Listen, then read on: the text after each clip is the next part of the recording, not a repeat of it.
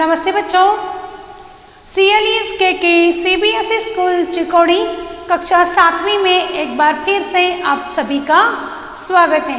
बच्चों, आज की इस कक्षा में हम देखने वाले हैं अनोखा उपहार इस पाठ के प्रश्नोत्तर। ठीक है बच्चों, तो आपके इस पाठ्य पुस्तक के पेज नंबर 9 के ऊपर दिए गए प्रश्नों के उत्तर हम आज देखने वाले हैं बच्चों। ठीक है, यहाँ पर प्रश्न क्रमांक 1 है, सुने और बोले। ठीक है बच्चों, यहाँ पर सुने और बोले ये एक प्रश्न दिया गया है। वहाँ कुछ शब्द हैं हिंदी में और उनके अर्थ दिए गए हैं अंग्रेजी में। ठीक है बच्चों, तो उन प्रश्न क्रमांक 1 को आपको क्या करना है, एक बार फिर से आपके नोटबुक में आपको लिखना है। ठीक है बच्चों, तो हम यहाँ पर सॉल्व करने वाले प्रश्न क्रमांक 2 से। ठीक है, तो प्रश्न क्रमांक 2 है, देखिए यहाँ पर प्रश्न क्रमांक 2 जो विलोम शब्द से हैं, उल्टे अर्थ वाले शब्द मिलाइए। उल्टे अर्थ वाले शब्द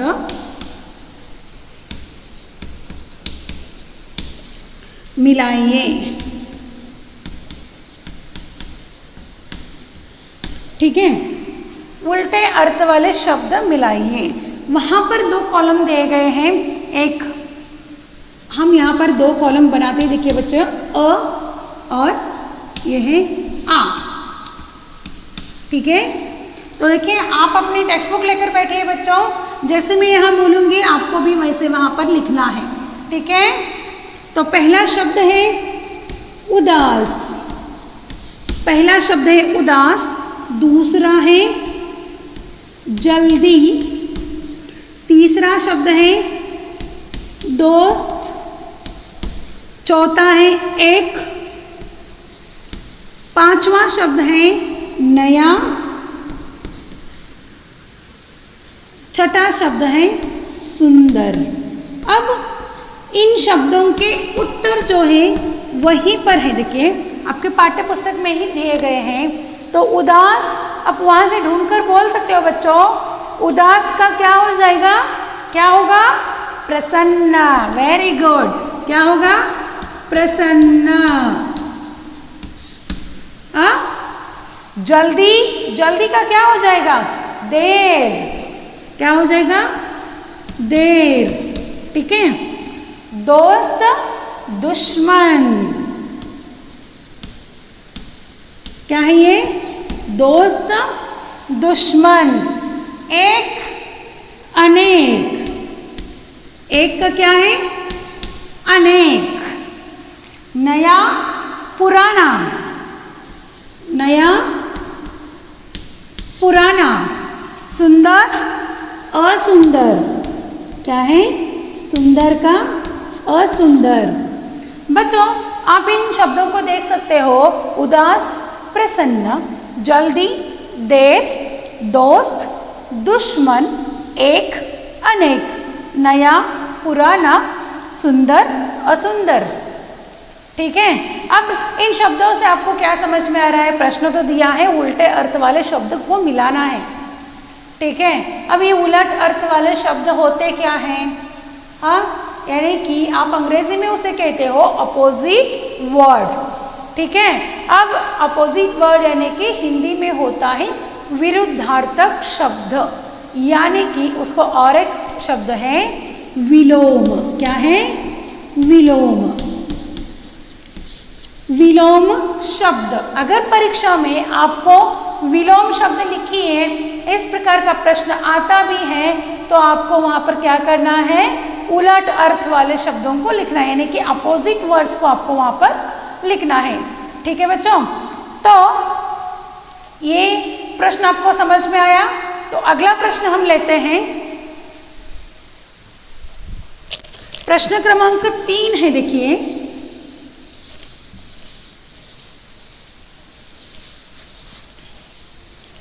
प्रश्न क्रमांक 3,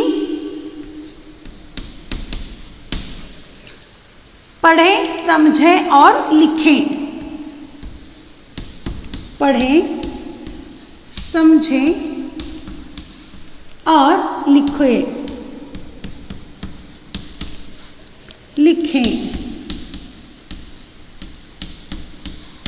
ठीक है। अब देखिए पहला जो शब्द है स, यहाँ पर इस प्रकार का चिन्ह दिया है, इसे हम क्या कहते हैं?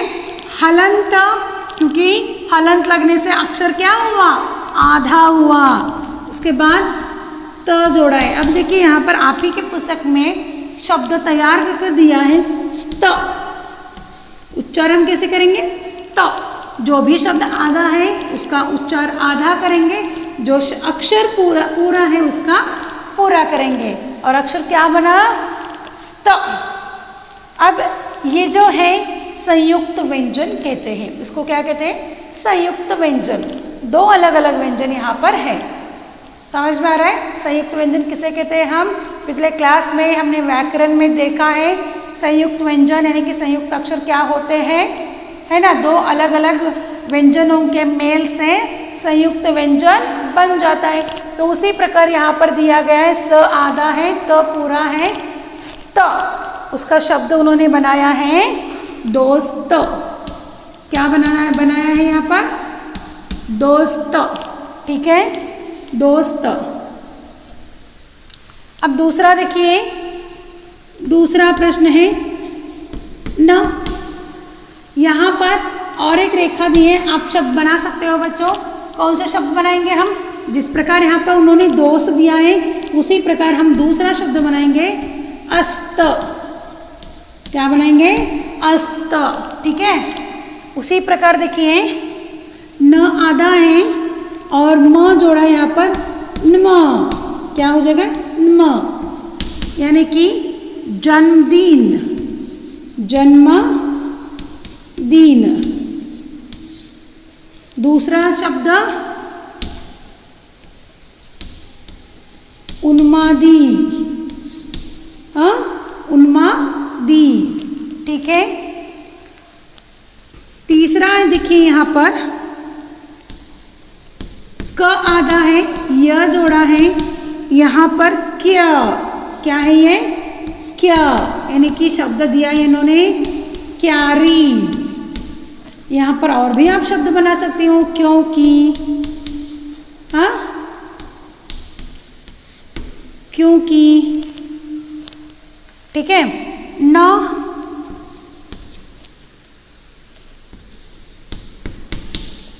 प्लस य, न्य, यानी कि धन्यवाद, धन्यवाद। उसी के साथ साथ पांचवा जो शब्द दिया है प प्लस य, प्य, यानी कि प्यारा, प्यारी। इस प्रकार से हम शब्द बना सकते हैं। ठीक है। अब इससे आपको पता चलेगा कि एक स्वर रहित और एक स्वर सहित व्यंजन जब मेल होता है। एक स्वर रहित है ये यहाँ पर हलंत लगाया हुआ है, और एक स्वर मिश्रित है। इन दोनों का जब मेल होता है तो वे व्यंजन क्या कहलाता है? संयुक्त व्यंजन कहलाता है। ठीक है, जिसका उपयोग हम जोड़ाक्षर बनाते व्यक्त करते हैं। समझ में आया? यहाँ पर जितने भी शब्द दिए गए हैं वो क्या है? जोड़ाक्षर बनाए गए। दोस्त, अस्त, जन्मदिन, उन्मादी, क्यारी, क्योंकि, धन्यवाद, प्यारा, ऐसे जो शब्द हैं वो जोड़ाक्षर कहलाते हैं। ठीक है। अब प्रश्न क्रमांक 4 जो है देखिए यहाँ पर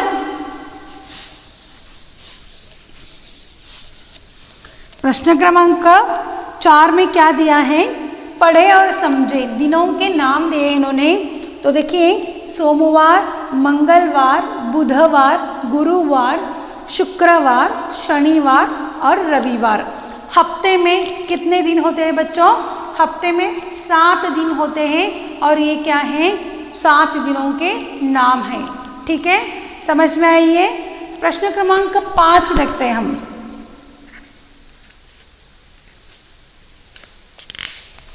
प्रश्न क्रमांक 5, याद करके संवाद लिखिए। यहाँ पर संवाद यानी कि बातचीत जो है, वार्तालाप जो है, उसको आपको लिखना है। माँ और अनुपम के बीच में जो भी वार्तालाप हुआ है वहाँ पर हमें लिखना है, वो भी याद करके। ठीक है। अब प्रश्न क्रमांक 6 जो है, सोचकर इस पाठ को कहानी के रूप में लिखिए। अब कहानी के रूप में आप किस प्रकार से लिखोगे, वहाँ जो वार्तालाप है उसको आपको निकालना पड़ेगा। ठीक है। और जिस प्रकार से आपके माइंड में आप सोचते हो इस पाठ को, जितना आपने ग्रहण कर लिया है उसको सिर्फ गद्य रूप यानी कि कहानी के रूप में आपको लिखना है। समझ में आया? अब प्रश्न क्रमांक 7, अनुपम क्यों उदास था? प्रश्न क्रमांक 7 क्या है? प्रश्न क्रमांक 7, अनुपम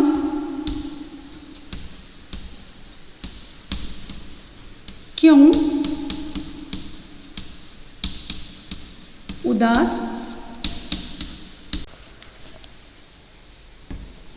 अनुपम के दोस्त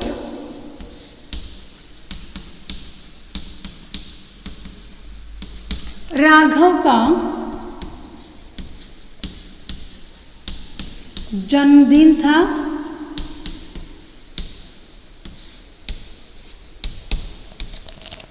और उसके दोस्त कीमती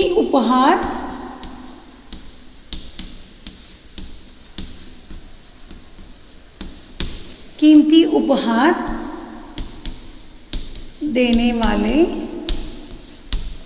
थे। ठीक है। उनके दोस्त कीमती उपहार देने वाले थे। अनुपम के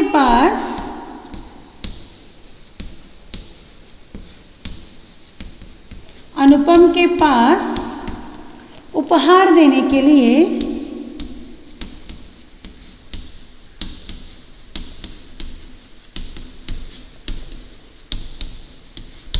पैसे नहीं थे।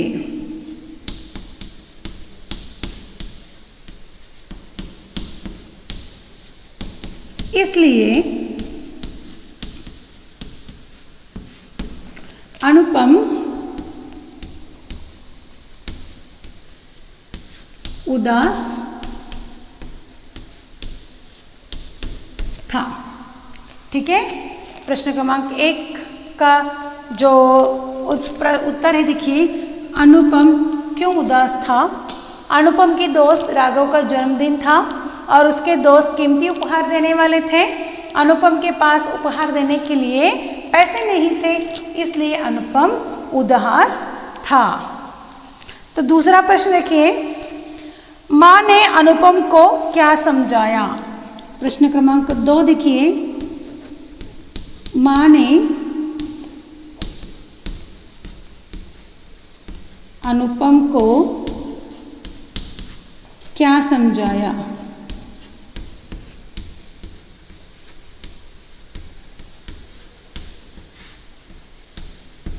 तो माँ क्या कहती है? देखो, उपहार की कीमत नहीं देखी जाती,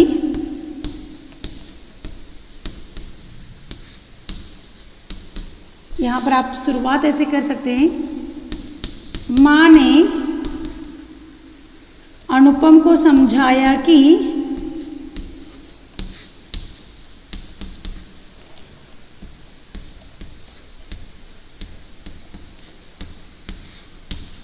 अनुपम को समझाया कि उपहार की कीमत नहीं देखी जाती,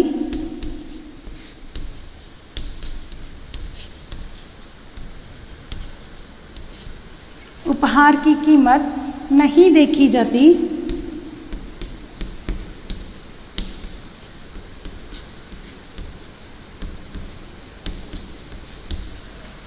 नहीं देखी जाती। राघव तुम्हारा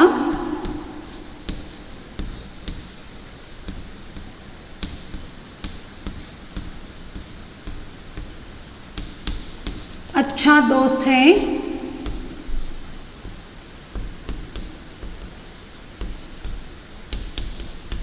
राघव तुम्हारा अच्छा दोस्त है, तुम उसे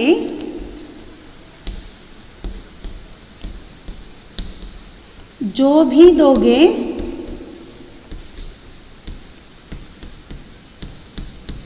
तुम उसे, जो भी दोगे उसे अच्छा लगेगा।